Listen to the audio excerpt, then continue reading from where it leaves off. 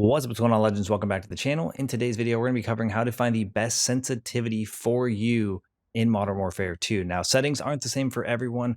People think they can copy others, but I'm here to tell you that's just definitely not going to work with this particular setting. You guys are going to want to stay tuned through the video in order to help find what's right for you. If you guys do enjoy this content anytime and find this video helpful in any way, make sure to show support for the channel by going down below and smashing that like button.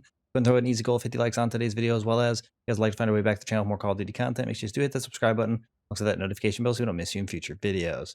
All right, we're going to focus on two different settings for finding our sensitivity, and it's going to be one, our horizontal and vertical stick sensitivity alongside our ADS sensitivity multiplier. Now, there is also a sensitivity multiplier and a vertical aim axis. I do not mess with these. I don't think it's going to benefit you in any way, shape, or form, but I highly recommend that you guys ignore those. Now, when it comes to focusing on your ADS sensitivity, it's not going to be extremely important that you even make changes to this. It's really just going to depend on the sensitivity that you run normally and how comfortable you feel with it.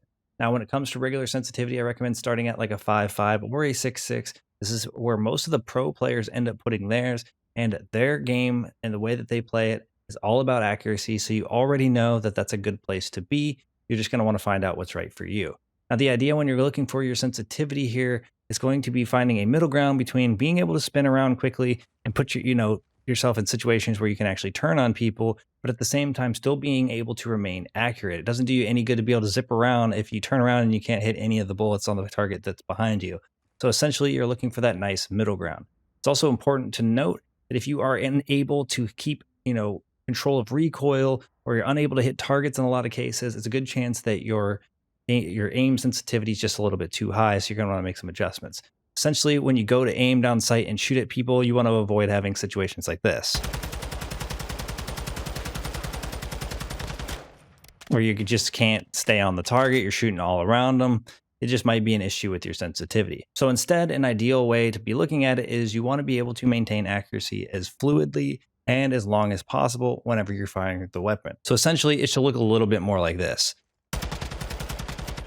As you can see, I wasn't really struggling to keep on target. Didn't have to do a lot of movement in order to maintain the accuracy, just because the recoil control is a little bit easier at those lower sensitivities. The higher you go, the more the minuscule amount of movement that you have will affect the overall change in your aim. So let's go ahead, just for example, turn it all the way up to as high as it goes. We already know where we're at with the 7.7. So we'll turn it up to 20. I just want to show you. So now that we're here at 2020, you can see we're zipping all the way around. So like, even for me, I'm so used to 7.7. This is just crazy. So like if I go to aim somebody, you can just see I can kind of keep my accuracy on there. Obviously we have the help of aim assist. However, ideally it is bouncing around significantly more than it was before. So now let's go ahead and turn it down to about a 1.1. Let's go the opposite direction. Just give you guys an idea. You're going to be turning really slow. Like, this is a crazy slow movement here.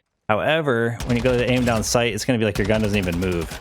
You don't have to really hold it in place too much. Don't have to worry about it going left and right too much. It's going to actually kind of hold itself steady. So it's going to help a lot with recoil control to find yourself the perfect sensitivity.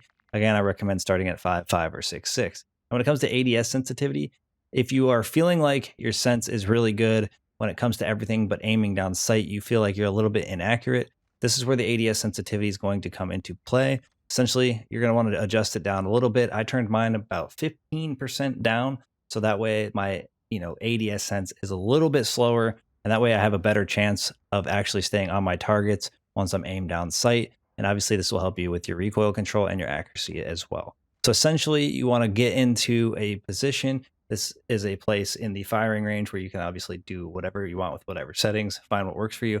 You want to get to a place where you aren't going like this and you're not bouncing all around, even if you can get a kill. You want to be able to try to maintain those targets and hit that very accurate shot. I always like to go for the end dummy because it's going to help you a little bit better with staying accurate. The further you are away from somebody, the more shots you hit, technically, the better you are at controlling that entire recoil control and just being accurate in general. So just want to make sure you guys get into the firing range, practice as much as you can, tweak your settings a bit, get that, aim fine-tuned. You guys will be on your way to success. That's going to wrap things up for us here. Hopefully this little bit of tips and tricks helped you understand where your sensitivity should be and overall help you guys find what's right for you. Again, make sure that you guys aren't following other people's sensitivities because it could overall be hurting your gameplay. Thank you guys for all the support in today's video, all the support on the channel, and I look forward to seeing y'all in the next one. Peace.